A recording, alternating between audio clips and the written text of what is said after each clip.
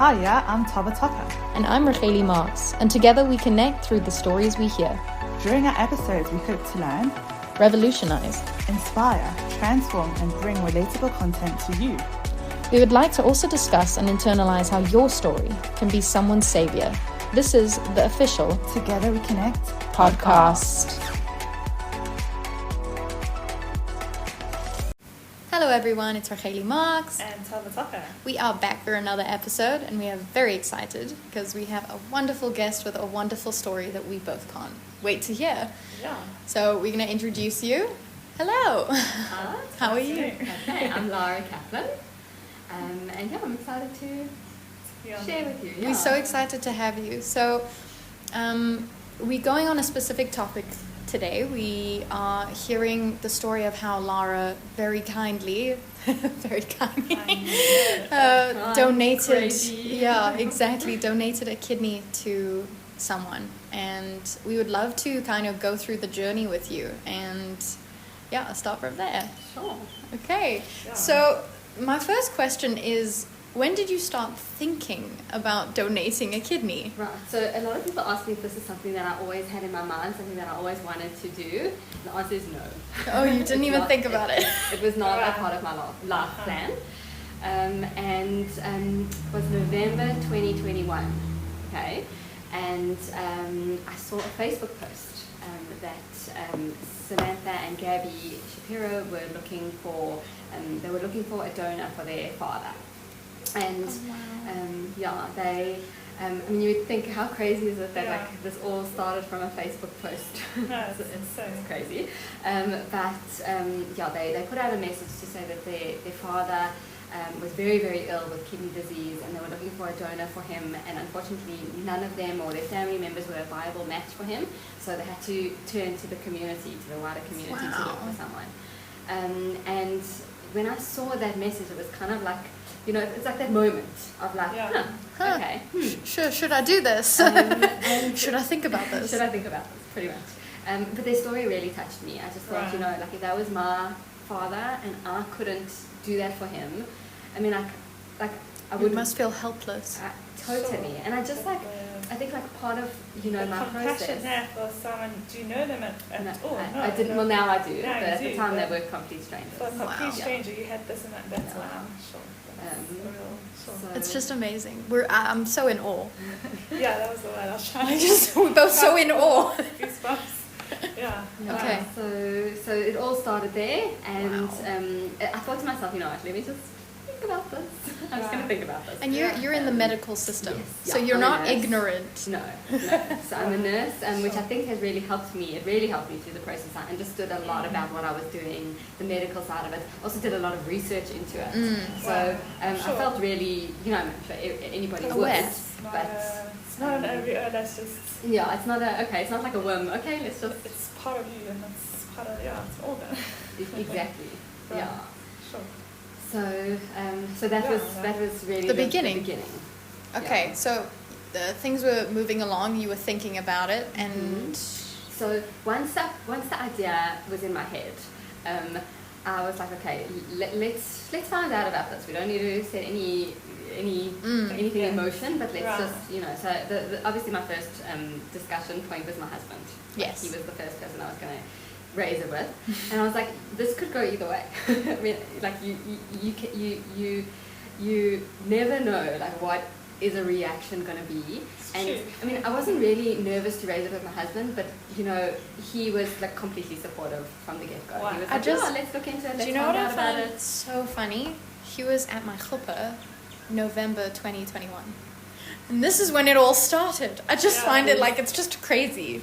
Crazy how everything connects. The response from your husband, everything just was meant to be. Totally. I mean, I was so scared to tell people, not my husband, but even my family. Yeah. Even family. They were probably going to be like, "What are you thinking?" I was like, people are going to think I'm a crazy person. But once it just started going. Once it felt right, and I felt like it was right, it just it wasn't like I got on a train and the train was moving and I was stuck on this train. It was like, I need to be here, I want to be here, and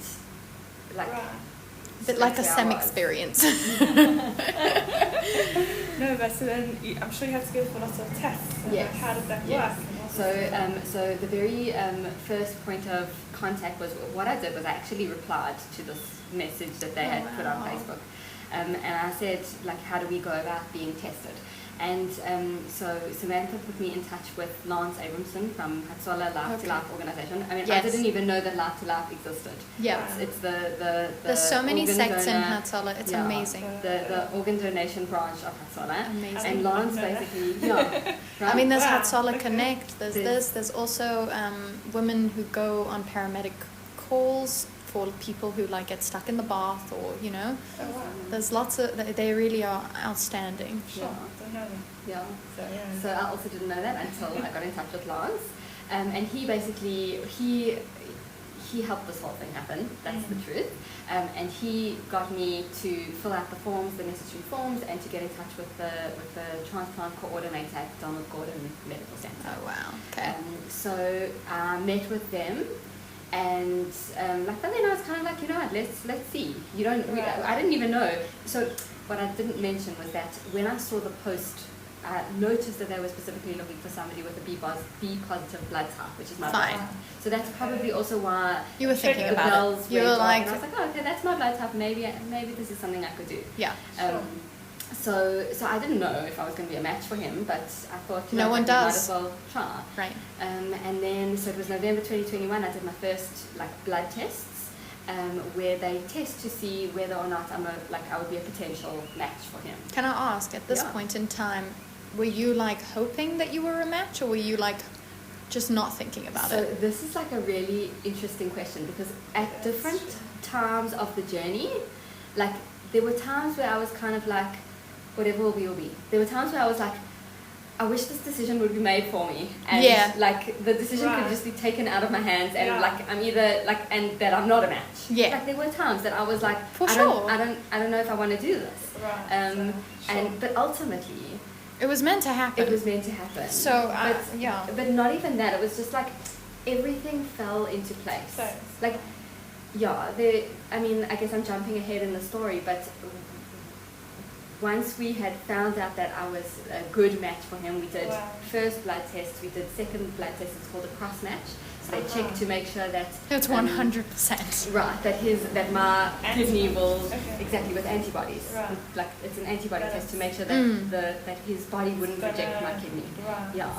So after we had done all of that, and I was a match for him, and we were like, okay, we're on this, it's happening, and I really, really wanted to have the transplant the next year in November 2022. Okay. And I was set on this. This is my time. This is when I want it to happen. This is when it works for me, and it's perfect. It's just before December with my work. I can work it out. And David, my recipient, he actually got really sick, and he had to go to ICU, and he was too sick to have the transplant at that time. Shame. So it's a very delicate balance with the transplant. You have to be a person who's very ill in order to need an organ, but you have to be healthy enough at the time of the It's transplant because I know to go there's- through with the transplant. I know there's lots of people who can't even think about a transplant at this point in time because their immune system, they're on immunosuppressants. So their immune system isn't strong enough to go So under. you can't have a surgery. Also, So- please God, they are testing currently to grow kidneys. Really? Yeah, so that it could be a match with anyone who needs How it. awesome is that? So please God, that would be the most ideal situation, because people even on immunosuppressants can have that done. Interesting. Because then it's not like the organ is going to attack the body. That's the whole idea. It has to fully match, but it also is, they say it's harder for the person who's getting the kidney. Yes, Or- definitely. Yeah, Definitely. it's- Yeah. Okay. Yeah, and he has to be on lifelong medications. He takes about 30-something pills a day. Jeez. David was very, very sick. He was very, very sick. He had been on dialysis for nearly 7 years, Shame. which is a really long time. I mean, most people, the average life expectancy on dialysis is about 5 years. So he was really, I didn't know really that. sick. Yeah. It's terrible. And thank God now he's fine. which is amazing. That's But unbelievable. I think for me, when I was like, I had this goal of like, it's going to happen at a certain time, and when that time sort of wasn't going to work out, I was kind of like, maybe this is a sign that I'm not actually meant to be doing this. Oh, shame. But even after that, when I said to myself, you know what, I'm gonna like take a step back, I'm gonna let go, I'm gonna see what happens. It's still, I couldn't let it go. It was still It was like something. It was a part of your journey, and it was going to be. It was going to be. Sure. It was going to be, and like I almost had to go through this whole process in order to accept that like I am really gonna do this, and I do really want to do this, and It's. I'm sure it's Did the conflicting. time come closer, or you had it in November 2022? so no. No, So it he took was a too long sick. time. He was Yeah. too sick. In November 2022, he was too sick. We couldn't do it. It was quite and recent, if I'm not mistaken. It was. It's Last year. almost a year. Yeah. Jeez. It's Wow. my 1 year anniversary on the 28th of March. Wow. Oh, cute! 1 year. Wow! Yeah, so Mazel it's gonna be tov! it's special. You need to have a party, like you have to. You know, it's your kidney's birthday. It is actually. It is. It's It's amazing. incredible. So we did the transplant on the 28th of March 2023. Right, yeah, Okay? last year, Yeah, last year. So it was about 6 months after I had wanted to do it. Because a year passed from when you were I had interested, started- exactly. and then Exactly. So from when I had gone through the process, and I didn't really mention the fact that there was a lot involved in being cleared to be a donor. Right. So like that your health aside was from- okay. Exactly. Aside from making sure that I was a perfect match for him, they will never put a donor at risk. They'll never put Right. anyone at risk. If you have any health issue that's going to stop you from, or that's going to put you at risk in any way, they won't let you be a donor. So I felt really grateful that I was like cleared in good health. Wow. Some of the tests that I had to do there were blood tests, there were scans, kidney scans. I had to do like a heart scan. Right. I had to do like a very special, particular kidney function test to make sure that like my kidneys are optimally functioning. I had to go to Joburg Gym for that test. Oh gosh, sounds scary. It was pretty scary. It was pretty scary. It feels like a different universe. Yeah. It was like in the nuclear medicine department, which is like Oh my gosh. by the parking lot. And you It don't almost felt even like a know dungeon. about it, you know? Like Yeah. what are they doing down here? Exactly. So, but I did that, and I was cleared. Amazing. Did you have any worries then for the future? Like once it was done, then were you ever worried like Oh, like while you were worries. still thinking, worries like once it's Yes. done? I think, what and most people ask me this question, but I think the biggest one was about having children afterwards. Right? okay. I actually was gonna ask. Yeah, because like I'm a woman of childbearing age, and that was also my biggest question is, I don't want to necessarily make any decisions that will stop that. exactly, and also my family was incredibly supportive, but their questions were, why now? Why don't you wait until you're a little bit older, you've finished having kids, you know you're not going to have any more kids, and do it then. And you're like, but he's That's it. He he's was there sleeping. now. He Right. needed it now, and like he was my match now, so I wasn't going to wait. Sure. But I did have these questions. Yeah. And obviously I looked into the health aspects of it, in terms of, can you live a healthy, normal life? And the Yeah. answer With is one yes. kidney. Yeah. The only the only worry is really your other kidney continuing to function. exactly, and Right. what that means is that I have to drink a lot of water, to drink 2 liters of water a day, and I'm not allowed to take anti-inflammatories, so I can't take any Nurofen or anything like that, because wow. that's filtered through the kidneys. So, Right. Oh my goodness. so that's I've given up on Even that is that. like it's Quite a it's life quite a changer. I feel like it is a life changer, because I mean, remembering to drink that much a day is a lot. Like so what's the alternative for anti-inflammatories? Or Banana, paracetamol. Okay. it's okay. Yeah. You did it. Yeah. We did it. So then my friend was actually in her mother's stomach had kidney pots. So she's lived her whole life just with one kidney. It's so funny how It's so very many common. stories come out, Mm. and a lot of people tell me, oh, this person has one kidney, I have one kidney, and everybody's fine. It's Yeah. also Yeah. very common that I'm assuming is his name David.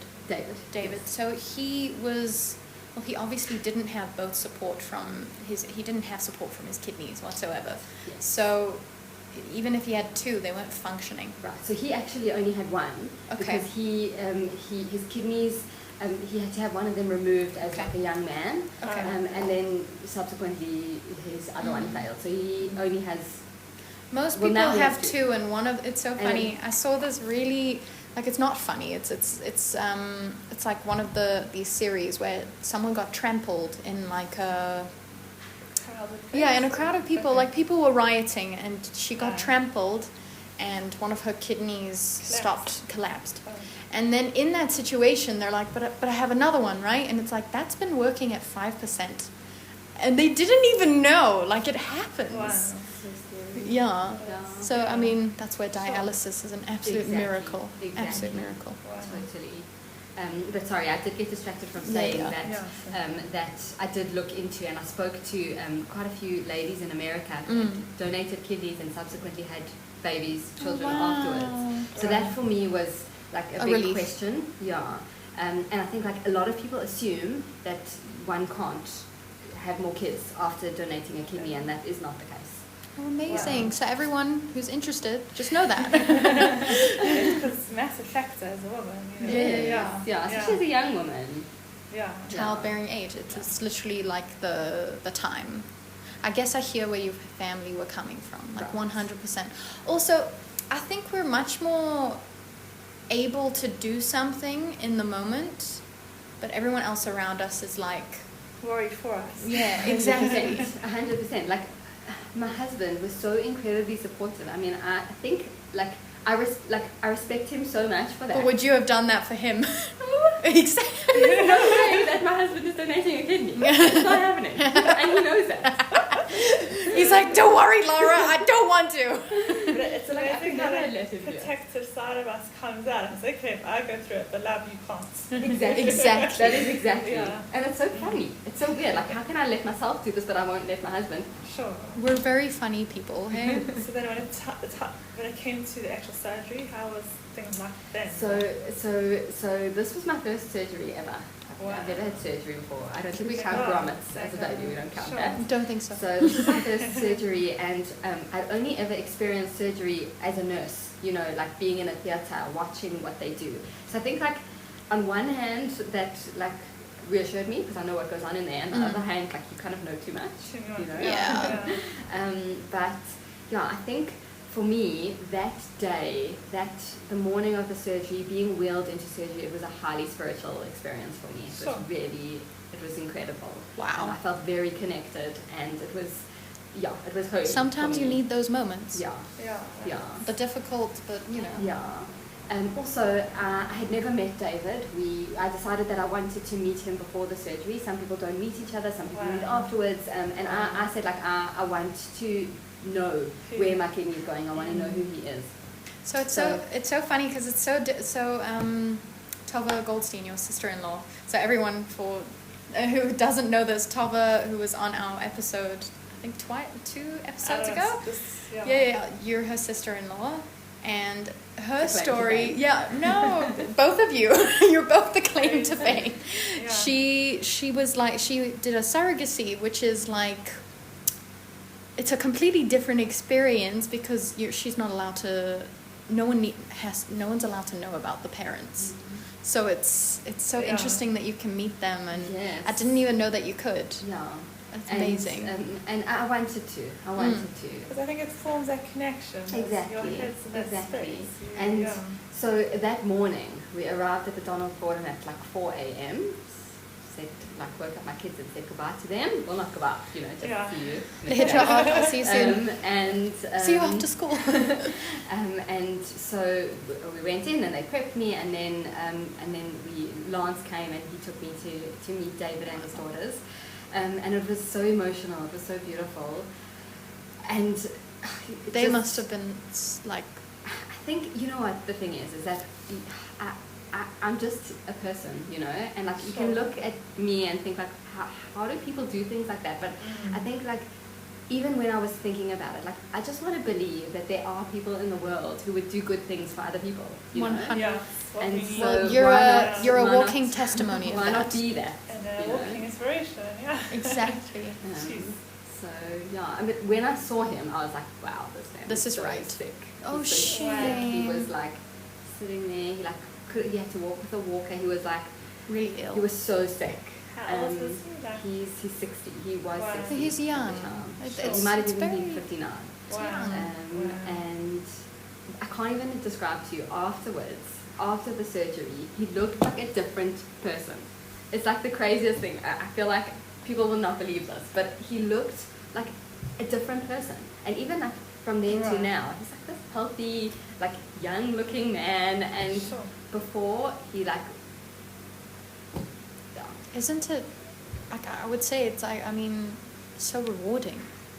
I think Just to see him it functioning. like at that time it was amazing, especially like after a surgery, which was painful. Let's not beat around the bush. It was Yeah, painful. It was sure. very painful, and I had a reaction to the anesthetic.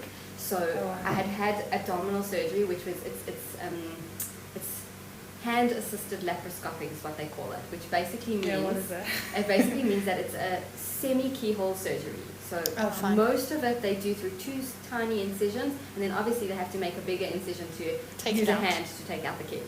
So it's abdominal surgery where they have to kind of, Push the things organs out aside. the way, exactly. Caesar type of Um, situation. And it is sore. We'll I be mean, they're honest about cutting that. into muscle, into Exactly. nerves. Exactly. So how long was So- the recovery period? So about 6 weeks. Sure. Yeah. Okay, like a regular. Yeah. Yeah. So after the surgery, I had this reaction where I was very nauseous and vomiting. So that was really, really hard for me. Because I've had I an would feel- anesthetic and I also threw up I was afterwards. feeling Yeah. absolutely Yeah. horrendous Yuck. and in pain and vomiting. Sure. So to be able to see him improving, You were it like, was- thank goodness. Exactly. It was worth it. exactly. Exactly. Wow. And Wow. yeah, I think like I started working again after 3 weeks. Sure. So What? Yeah. Yeah. And you had a bad reaction. Well, that was just the anesthetic. Once I was out the hospital, the surgery was on Tuesday. I was home on Friday afternoon. Oh my so it was God. like I was only there for 3 days, and by the time I was home, I was fine. How did you? The real question is like, how did you get back into stuff? And you have children, and like, it's not like you can just sit around and do nothing. So, I mean, I guess we were like we really were insistent to like be very open with my kids. Amazing. I'm so sorry, but I saw this thing. Are you serious? Actually, you look pale. I feel so great. Sorry. So me and my husband, we were very, we thought it was really important to be very open with our kids. Yeah.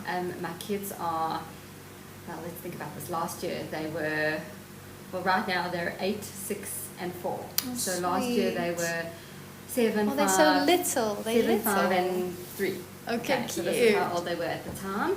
And obviously the youngest one could only understand Not to a fully, certain extent. yeah. But when we knew that I was going to be going Mm. through with it, we told them and we explained to them, we sat down with them, Wow. this is kidneys, this is what they do. There's a man whose kidneys aren't working, and my kidney is a perfect match for him, and I'm going to give him one of my kidneys because otherwise he wouldn't be able to survive. So we were very open with my kids about it. That's really nice. I love And but like they were a part of the whole process, and they understood that when I was recovering, they couldn't climb all over me, and but they also say that getting moving after surgery Is helps good. you. It helps Recover you faster. Exactly. So we did the surgery, and I like tried to keep myself as active as possible, and obviously I rested and I relaxed. But then after 3 weeks, I kind of started working again slowly. Wow. So, but by 6 weeks, I was fully recovered. And you're resilient, hey? People are resilient. Yeah. Amazing. I know we are, hey? It's just some of us realize it and some of us don't. It's just... Yeah. I think like also, you don't realize that you are like a particularly strong person or particularly brave person. People would say to me, wow, that's so brave. And I was like, oh, is it? Because you don't realize, that you're doing something. I mean, you realize that you're doing something that maybe not a lot of people would do. But you when it is right for you, you just do it and you step up. Amazing. Wow. It's incredible. Okay, so 6 weeks later, it was quite known, hey? People knew that you were doing this. Yes. So I didn't publicize it much at all beforehand, because I was like, anything can happen that could stop it from happening. So I didn't want to be too open about it. Obviously, with my close friends and family, I told them, and then mostly like just before, like the night before the transplant, they kind of sent out a message like, we're gonna pray for these 2 people. This is what's happening. Wow. And so it was like quite like well known and widespread, and I was totally okay with that, because as much as I'm a very private person, so sharing for me is it's not that easy. Maybe wow, thank you. It doesn't sound that way. It sounds like you're so okay with this. It's amazing. But I think with this I am, like, because this is something that like I want people to be able to look at and say, like, I could do that too. Or not even to look at and think that you have to do it, but also to just be able to like see that people do this. People do things for each other. And like we have such a difficult, sad, troubled world, We have to like find the good and see the good people and be the good people, Yeah. So yeah, I think this is the whole point. This is the whole point of why we wanted to hear this incredible story. So I think the big thing for me is the emotional side of things. Obviously, physical was, your body, it was going through a change. It had to adjust, and his body as well had to change as well. So my question is, emotionally, throughout the journey, how did you feel? Like, was it pretty consistent, or was there a lot of up and downs? Definitely a lot of up and downs. Okay. Also, it's such a big decision. It's an organ, so it's yeah. a big decision to give. It's been a part of your life. To give your part whole of life. yourself away is a big decision, and I didn't take that lightly. Like I really wanted to make sure that I was sure about what I was doing, and there were a lot of mixed emotions. That like I was scared, I was afraid to do it, but and also like there were times where I thought like no, I'm not doing this. But there were like the times of... And then there were times where I'm definitely doing this. At the times of the yes were just overriding the times of the no. Amazing. So I think like there were so many mixed emotions. It was excitement, it was like unknown, it was overwhelmed, it was also a very part of the emotional roller coaster for me was that was at the time where we still had to do COVID tests, right? Yes. So we had to do a COVID test before the day of the surgery, and it had to come back clear, otherwise we couldn't go ahead with the surgery. So for me, that was like a big thing. Like we had to just get through that COVID test, then we know it's happening. But there was a mix-up with the COVID test results. So I only found out 9 o'clock the night before the surgery that like the COVID test results were clear. So I was like, this is the night before the most biggest thing that I'm going to be doing like in my life, besides for maybe getting married and having my children. Yeah. And I don't even know if it's happening. Oh my gosh. So that was like crazy. Oh my gosh. So there was a lot of mixed emotions. And as I said before, times where I was like, no, I can't. Or times where I was like, yes. But by the time I got to that surgery, I was so much at peace. I was like, I knew I was meant to be there. I knew that it was right for me. And I was ready for it. Wow. And so through all of the ups and downs and the emotions and the, like, and I think another big emotional side of it is, what about your family? What about your own family? What about your kids? What if somebody in your family needs your kidney and you've already given it away to a stranger? That's my biggest hesitation, because it's always been a dream of mine to actually do this. I know it's strange from a young age. Like, it's something that I've thought about a lot. And that's my biggest hesitation. Yeah. And I think that there is no one answer to that. He needed it then and there. It wasn't that for me. And there's no way to say that just because I keep my kidney, someone else who is very close to me is going to match me. And in fact, he was my match. Like, that was what it was supposed. It was Bashert. That's it. He was supposed to have your kidney. That's it. And I often think like it's such a funny thing because like when I was born I was 32 at the time, like 32 years ago, like my kidney was always meant for him. It's amazing. It's crazy. Yeah, as a baby, that was it was part of your journey. Yeah. And please God, many more journeys of beautiful things. And you don't know what that is yet. Yeah. So it's like a bit of a gamble looking at things and being like, well, I don't know what's going to happen. Exactly. But if like 5 years ago, 10 years ago, if you had told me that I was going to donate my kidney, I would have been like, what? You're funny. That's so funny. That's so funny. But it came, and it was meant It's to be. amazing. And spiritually, you felt very connected to this. Very much so. Yeah. That's For me, it amazing. was. Yeah. I think like it's something that I'll always be able to like draw strength from, and look back on and be like, okay, I did this. I'm Yeah. strong. Especially when like life gets mundane, you know, like I don't even think about it anymore. Yes. I don't even notice my scars. I literally don't think about it anymore, except for the fact that I have to drink a lot of water. But I don't think about it in terms of that. I just think, oh, I haven't drunk my 2 liters today. I need to drink some more. Right. So I've stopped thinking about it as part of my daily existence. You know, It's just what you do. It's habitual. it's just life. But So sometimes amazing. when things are like, you know, when life gets you down and when, you know, things in the world are difficult, like I can think back and be like, okay, I did that. I did that. Laura, you did that. You should really clap yourself on the back for such an incredible feat. But also what I love most about this story is that you've explained so clearly to all of us and all our listeners that every person is like this, even if we don't do this. That's it. And I That's love it. that so much. We had, everyone's heard Erin Lazarus on here. She had an amputated limb.